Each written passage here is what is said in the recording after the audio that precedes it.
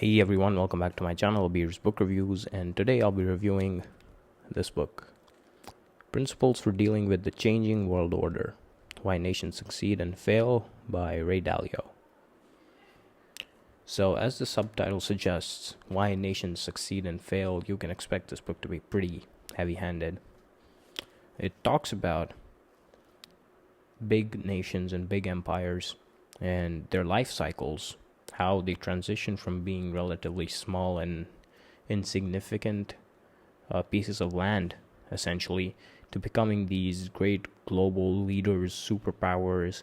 Everyone listens to them, everyone bows down to them, their currency is the best, to the eventual and inevitable decline where, they fade from relevance and some other country takes their place. Ray Dalio tracks some of the biggest empires that the world has seen over the past several centuries, actually. He talks about the Dutch Empire, he talks about the British Empire, he talks about the various Chinese dynasties and empires that there have been. It talks about, finally, the American Empire, which isn't really an empire in the traditional sense, but a lot of it basically functions as one without some of the caveats of being an empire.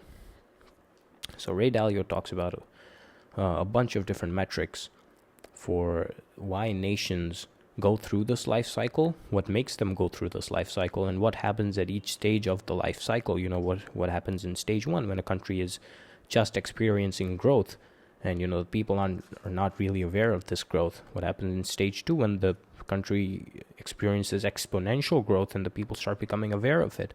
What happens in stage three when, say, the growth more or less stagnates, but the people are still behaving as though the country is growing exponentially? What happens in the later stages when people also start realizing that the country isn't growing and it actually starts declining?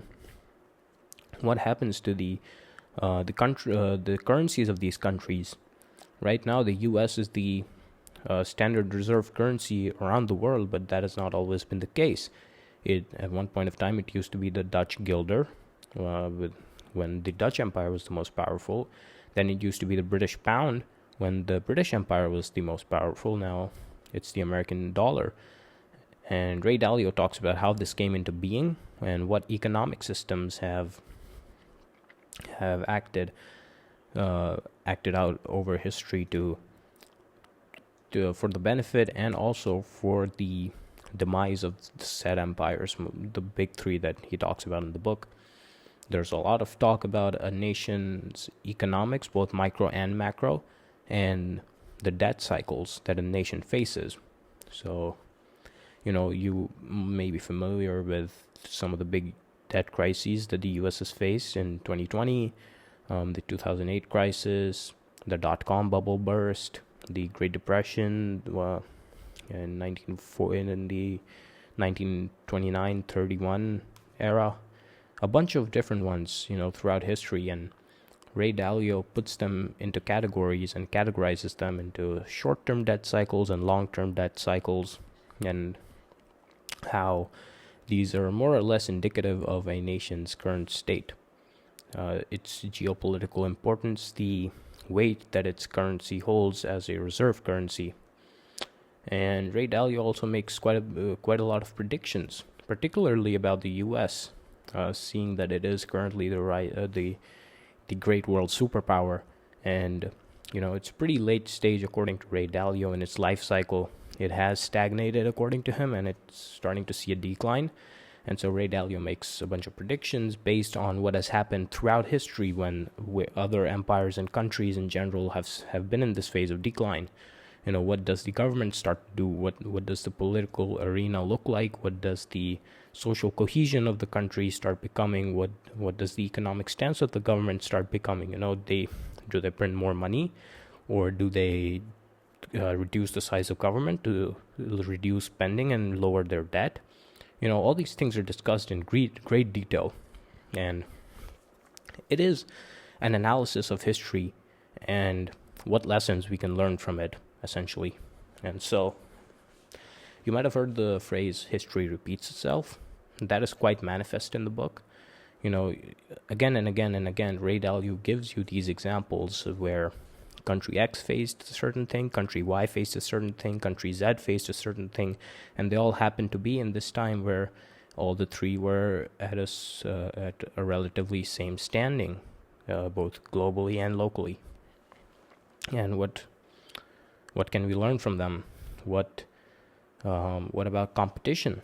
When the Dutch Empire was declining, the British pound was the British Empire was on the rise, and eventually the British took over. What were the factors that led to this takeover of global dominance? And after the British, the Americans took over. What were the factors that led to this takeover, and what are the commonalities between them? And according to that, Ray Dalio then starts predicting what the next global superpower could be based on the same factors that he discusses in great detail. There's just one knock on the book that I would like to say. It's quite repetitive at certain times, and that's in the nature of the content. So if you just stumble across a few pages that you think you have read previously or a few paragraphs, don't get disheartened. This is a really amazing book. It's very informative, and going into this, I did not really know a lot about macro and microeconomics of the country, and now I'm pretty confident in my general understanding and the basics of how a nation's debt and credit work, how their economic leaning affects their outcomes. So if a country is, say, more communist in its economy, how does it work out over the long term and the short term? And if a country is very capitalistic, how does it work out in the short term and the long term? And how does the country's economic stance factor in with its social stance? Like, is it a very liberal society? Is it a very conservative society? Is it something in the middle? All of these different factors come into play when determining a country or an empire's standing in the global world order. And the book also gives you a lot to think about in terms of how can you position yourself for the inevitable changing of the world order. So, say you were born at a time when a certain empire or a certain country is on the rise to global dominance.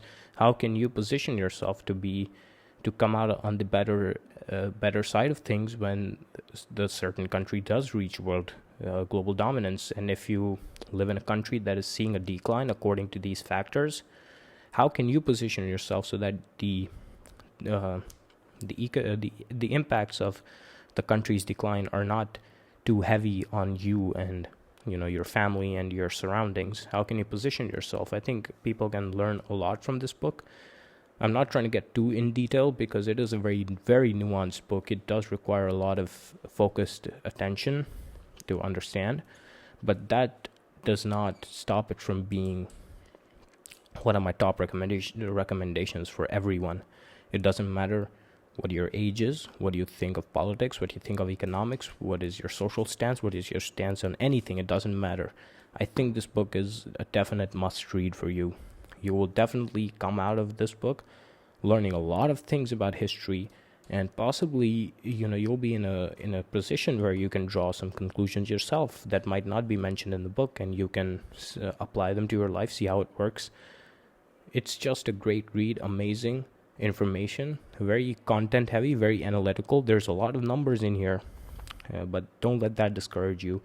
Just try to push through some of the repetitions and the numbers if you're not comfortable with them, and you will, after reading it, come out with a stance that, wow, I learned so much, and I think I'm in a better position because of reading it. My knowledge about economics is enhanced. My reading about social cohesion and how a country experiences various stages of social cohesion is now much more enhanced and stuff like that. I don't want to ramble on too much, but that is all about the book. Here it is once again. Amazing book, amazing read for every single person. Very informational, very beneficial. Definitely pick it up. So that has been the review. Hope you guys enjoyed. Make sure you hit the like button. If you're new and haven't already done so, subscribe to the channel to keep receiving more videos like this one. I have been Abeer Rao, and thanks for watching.